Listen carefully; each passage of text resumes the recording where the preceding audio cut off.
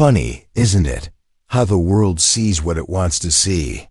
A man in an old jacket, worn at the elbows, is invisible in a room full of polished shoes and bright smiles. No one asks him for favors. No one tries to sell him things he doesn't need. No one suspects that under that old fabric lies a bank account that could buy the whole street. You think the rich love their mansions, their cars, their sparkle. Some do. But the ones who stay rich, who keep their wealth for decades, they often prefer something else entirely. They prefer to disappear. It's not just shyness. It's not even humility. It's protection from the world's noise, from the constant hands reaching for a piece of what they have, from the eyes that weigh and measure, always calculating how to get closer. See, when you look rich, the world treats you like a prize, a trophy to be won, a resource to be tapped. People stop talking to you. They talk to your money, and if you've lived long enough, you learn the truth. It's exhausting to always be seen for the wrong reason. So some choose another path. They let the shine fade from the surface. They drive the car that hums quietly instead of roars. They wear the watch that tells the time but tells no story. They live in a home that blends into the street. They give the world nothing to point at. And you might think, why would anyone who's earned so much hide it away? Isn't wealth meant to be enjoyed? Isn't success meant to be shown? That's what you've been taught. That's what keeps so many poor.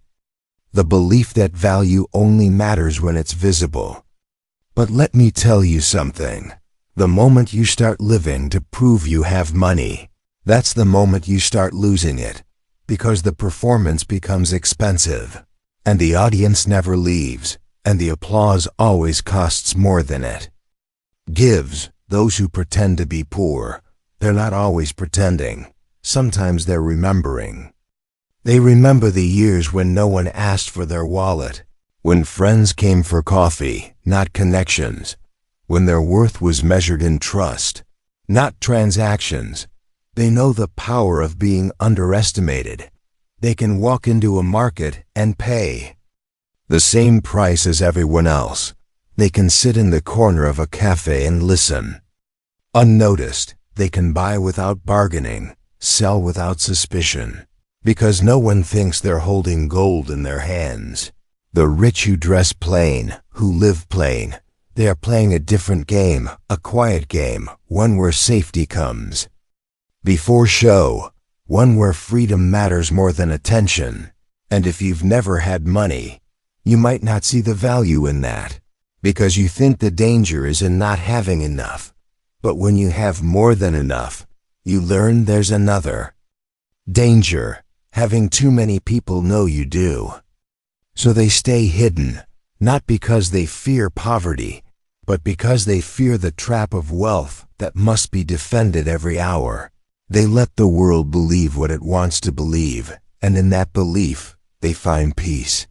And maybe, if you look closely, you'll notice the ones with the quiet eyes and steady hands, the ones who don't rush to tell you what they own, are often the ones who could buy the table you're sitting at twice over, but they won't tell you that, because the richest thing they own is their freedom to be unseen. When you have little, you think being seen is the answer. You think if the world notices you, doors will open, opportunities will come, respect will follow, and in some ways, that can be true. Attention can feed you for a season, but what you don't see yet is the bill that comes with it. Attention is not free, it's a debt you pay every day. In expectations, in demands, in eyes that never stop watching. For the poor, attention often feels like oxygen. For the rich, it can feel like smoke. Thick, choking, impossible to escape. That's why those who've tasted both sides often choose the shadows. They've learned that peace is cheaper in the dark. When no one knows the number in your bank, when no one assumes they have a right to it. When you are free to walk without the weight of other people's wants. C. Poverty teaches you to show what you have. To prove you're not at the bottom. It's a survival signal. Look, I can afford this. Look, I'm doing better than last year. Look, I'm worth respecting. But wealth teaches you the opposite. To hide, to protect, to let your worth be something you don't have to display to keep. The irony is cruel. Those with less often spend more on looking like they have more, and those with more often spend less on showing it at all. One group buys the image of wealth. The other buys the freedom to live without proving it. And here's the part no one tells you. The performance of wealth is one of the most expensive roles you can play. It drains not only your money, but your energy, your attention, your future, because you're always paying to keep the curtain from falling. Always feeding the image so it doesn't starve. You've seen it. The man who just got his first promotion and suddenly changes his car. The woman who lands one big contract and upgrades everything she owns. The family who takes out loans just to host a wedding that looks right. These moments feel like steps upward, but often they are the first steps into a trap. Meanwhile, the man in the plain sweater, the one you didn't notice at the café, he's walking into his bank, not to borrow, but to quietly buy another piece of land. No one claps for him, no one even knows, and that is exactly how he likes it. You might think pretending to be poor is deceit, but for many, it's discipline. It's the skill of keeping your life free from the noise of envy and expectation. It's the wisdom of knowing that when the world underestimates you, it leaves you alone long enough to win quietly, and maybe this is where the divide begins. The poor seek proof, the rich seek peace. One chases recognition, the other chooses invisibility. And the strange truth is, if you can learn to choose peace over proof before you have much, you might find the path to wealth becomes much shorter. Because you're no longer spending to feed the image. You're building something real, something the world can't take from you the moment the lights go out. The rich pretend to be poor for many reasons, but at the heart of it is this. Understand that wealth, once shown, is no longer fully yours. It belongs to the opinions, the expectations, the judgments of everyone who sees it. And that's a price far too high to pay. When you live in the open, you invite the world to take its share. Sometimes it's direct, hands reaching, voices asking. Sometimes it's quiet, numbers shifting on a bill, prices changing when you walk in the door. People see your watch, your car, your shoes, and their calculations change. They think you won't notice, or that you won't care. It's not always malice. Sometimes it's instinct, the assumption that if you have more, you can give more, that if you are rich, your resources are public property. But over time, that weight becomes heavy. It is not just the money that drains, it's the constant pull on your attention, your time, your trust. This is where pretending to be poor becomes a shield. A plain jacket can hide $1 million in the bank. An old car can drive past trouble that would chase a new one. A modest home can protect you from the hungry eyes of systems built to take. Because the systems are always watching. The lenders, the tax collectors, the marketers, the charities, the opportunists in every shade of suit. They all hunt in the same way. They look for signals, and the loudest signals are almost always the ones you wear on your body and park in your driveway. Show enough of those signals, and the offers start pouring in, not gifts but deals. Deals that shine on the surface and take from the inside, loans you don't need, but are too good to refuse, investments guaranteed to double, services that cost more because you can afford it. You think you're controlling the image, but the image starts controlling you. You start buying in circles, not because you need the thing, but because it fits the story you've been telling. The story you feel you must keep alive. The rich who hide their wealth step outside that circle. They trade the applause for invisibility, and invisibility gives them room to move, room to negotiate, without the weight of assumptions, room to decline without offense, room to make choices for themselves rather than for the crowd. I once knew a man who dressed like a farmer, loose shirts, worn boots. You'd pass him on the road and never think twice. But the land under those boots could stretch farther than your eyes could follow. When he walked into a room, the price stayed the same. When he made an offer, it wasn't doubled because of the car he drove and because no one saw his wealth. No one tried to take it. This is the shield, not of metal or stone, but of perception.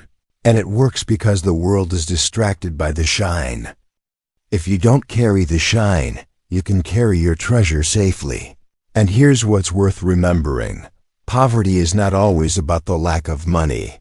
Sometimes it's about the lack of protection, when you have nothing to shield you from the systems and people that take. You are always exposed, and exposure is expensive. Pretending to be poor may not make you rich, but it can help you keep what you already have. And in the long game, keeping is often more important than getting. There comes a point, if you are lucky, when you realize you no longer need the crowd. The applause that once felt like air becomes noise. The nods of approval lose their weight, and you see clearly that the people watching are not really watching you. They are watching the story you've built for them. When you first begin to rise, you believe the story is harmless, a little show to prove you've made it, to let the people who doubted you know they were wrong, to tell the world you've escaped the hunger, the worry, the nights counting coins. It feels like justice, it feels like triumph, but slowly you notice the cost. The show must go on. The curtain never closes. Every day is another performance. And every performance demands more money, more time, more of yourself, until you realize the strange truth. You've left one kind of poverty and entered another. The rich who pretend to be poor are not running from money.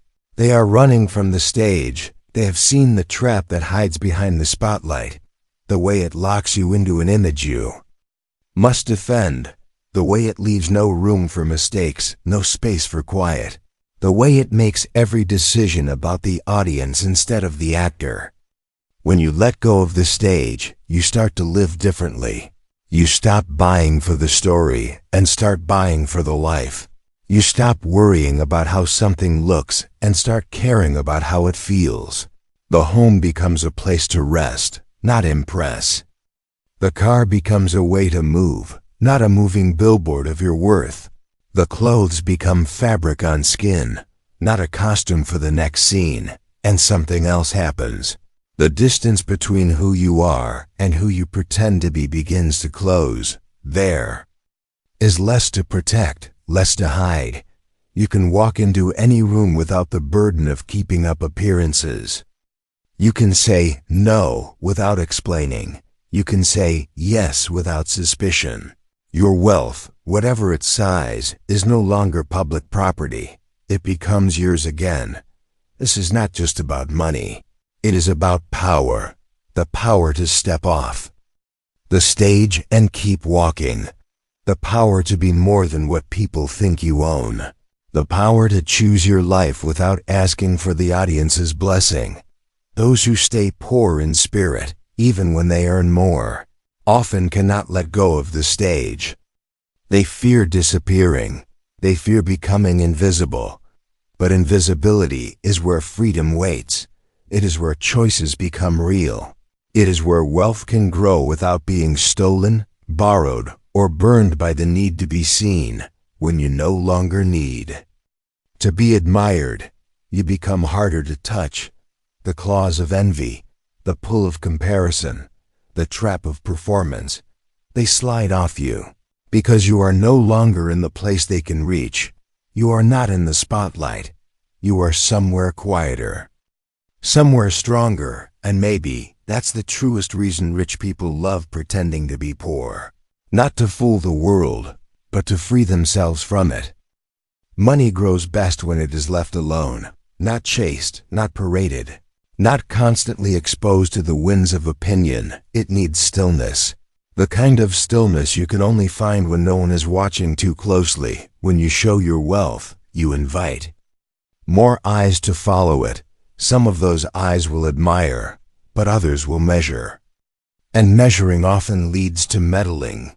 The deals that look like opportunities, the investments that arrive too conveniently, the invitations that are less about friendship and more about access.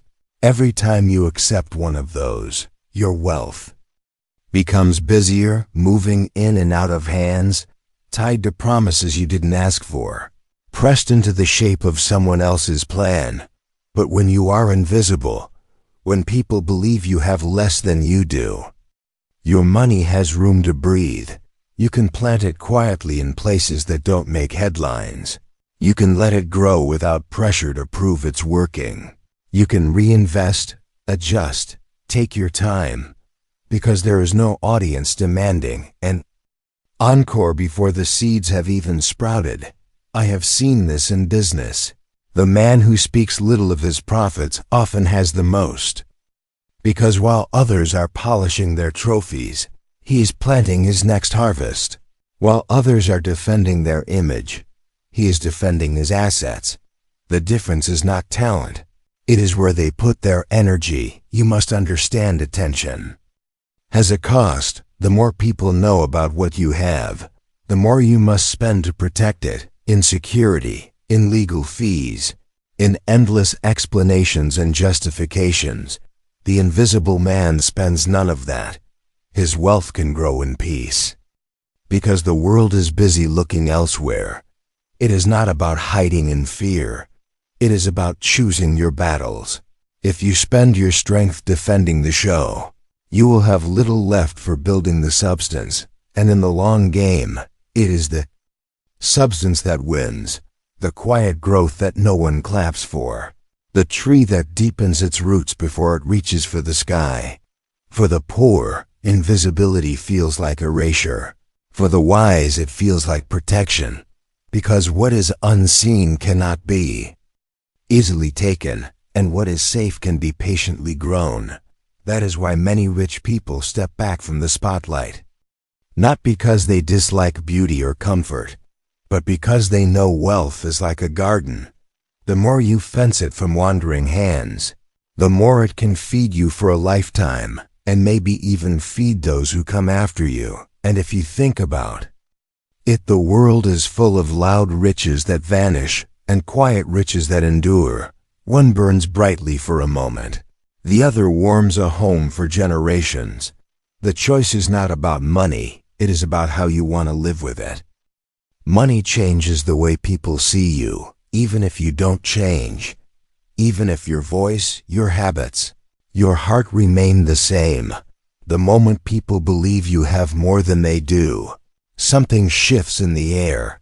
They begin to measure their words differently. They weigh their requests differently, and sometimes without meaning to. They begin to measure you differently.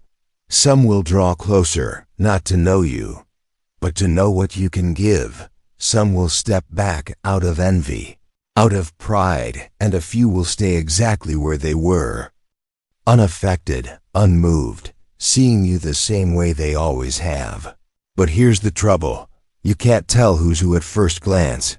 When your wealth is on display, everyone plays the same polite game. Smiling, agreeing, flattering. You can mistake politeness for loyalty, and generosity for friendship. Pretending to be poor changes the game. It is a filter you don't have to announce. It works quietly. You show nothing. You offer nothing extra. And you see who stays. You see who still calls when you have nothing to offer but your presence. You see who still listens when there is no advantage in listening. This is why many wealthy people dress simply, live simply. They are watching. They are looking for the people who are drawn to the person. not the purse. And when they find those people, they hold on to them, because true relationships are rare enough without being clouded by wealth. I once knew a man who wore the same jacket for 15 years. It wasn't because he couldn't afford another. It was because he wanted to see who would sit with him without being impressed. He told me, "When you look like you have nothing, the ones who stay are the ones who never cared about what you had in the first place." The poor often believe money will make their relationships easier, but the truth is more complicated. Money can make some bonds stronger, but it can also turn others into transactions. It can blur lines between love and obligation, between trust and dependence. By pretending to be poor, the rich give themselves the gift of clarity. They know who would visit them in a small house, who would share a meal of bread and tea, who would celebrate their joy without expecting a share of it. These are the people you can build with, because they see the soul, not the sum. And here's the quiet irony. When you know you are surrounded by people who care for you without counting your coins, you are free to give more, because you are giving to those who would stay even if you had less. That is a kind of wealth that doesn't fit in a bank in the end. Pretending to be poor is not just a shield for your money. It is a lantern for your life. It shows you the faces worth keeping in your circle. It lights up the truth in a way gold never can. True power does not shout. It does not need to. It moves through rooms without demanding a chair at the head of the table. It speaks softly, yet somehow its voice carries. It does not need to be seen to be felt. The loud man spends his energy proving he has influence. The quiet man spends his energy using it. And there is a difference. One burns himself out on display. The other directs the fire where it matters. When you pretend to be poor, when you choose not to show your full hand, you are not giving up power, you are collecting it. Like a river that gathers strength by moving underground, hidden from the sun, protected from the dry winds. People underestimate what they cannot measure. If they think you have little, they do not prepare their defenses against you. They do not tailor their plans to counter yours. They speak more openly. They reveal more than they intend. And you, quietly listening, learn exactly where to step and when. I have seen this in markets, in politics, in small-town business. The ones who pretend to have less than they do walk into deals as if they are small players, and walk out holding the largest share. Because no one saw them coming. No one tried to block their path. Wealth on display invites competition. Wealth in the shadows invites opportunity. When you do not look like a threat, doors open more easily, and in those rooms, you can build alliances without envy clinging to them. You can plant ideas without resistance rising too soon. This is why some of the most powerful men and women you will ever meet are the ones you pass in the street without noticing. They wear plain clothes, drive modest cars, live in houses that do not speak loudly of what they own, because they know their strength is not in the symbol, it is in the substance, and substance does not need decoration to be real. For those trapped in poverty, the temptation is to display every step forward, to prove progress, to show the world they are no longer struggling. But the moment you do, you invite the world to test that progress, to challenge it, to pull at it. The rich who pretend to be poor, they skip that battle entirely. They fight the fights that matter. And because they are not distracted by performance, they win them quietly, without the noise, without the crowd, and without the burden of having to explain themselves afterward. That is the quiet power, the influence that is never announced, the control that is never flaunted, the kind that lets you move freely while others are stuck protecting their image. There's a strange weight that comes with being seen, not the gentle seeing of a friend who knows you, but the constant glare of the crowd, measuring, judging, comparing, as if every step you take is a public performance. The moment people believe you are wealthy, they begin to write your story for you. They imagine how you should live, what you should wear, where you should travel, what you should own, and without meaning to, you can find yourself trying to meet an image you never chose. This is how many lose their freedom without even realizing it.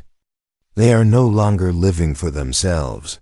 They are living for the expectations of others, buying houses they don't enjoy, driving cars they don't need, hosting parties they don't care for, because somewhere in their mind, they are afraid of being asked, "Why don't you live like a rich person should?" But when you pretend to be poor, when you choose simplicity on purpose, those chains loosen. No one is watching you to see if you measure up to their idea of wealth, because in their mind, you are not carrying it. You are free to spend your days the way you wish, free to walk into a small café without being noticed, free to sit alone without whispers following you. I once met a man who had more than enough to never work again. Yet every morning he swept the front of his small grocery store. Neighbors thought he was just another shop owner. They did not know his accounts. They did not see his investments. And that was exactly how he wanted it, he told me. When they don't know what you have, they can't tell you what to do with it. This is a quiet kind of wealth, the kind that is not trapped in constant display, the kind that lets you walk away from any table without fear, because you are not proving anything, you are not protecting an image, you are simply living. The poor often believe money will give them freedom, and it can, but if you carry that wealth like a flag, you trade one master for another. Instead of being controlled by lack, you are controlled by appearances, and in some ways, that is an even tighter leash. The rich who pretend to be poor, they keep their freedom intact. They buy themselves the right to disappear when they choose, to spend without explanation, to refuse without guilt, because no one is keeping a ledger of what they should be doing. Freedom is not just the ability to afford what you want. It is the ability to ignore what others expect, and the less you show, the lighter that burden becomes. Wealth is not just about today. It is a seed planted for the days you may never see. And if that seed is not protected, it can vanish before it ever has a chance to grow into shade for those who come after you. The world is full of fortunes that lasted one lifetime, and lineages that went from rich to poor in a single generation.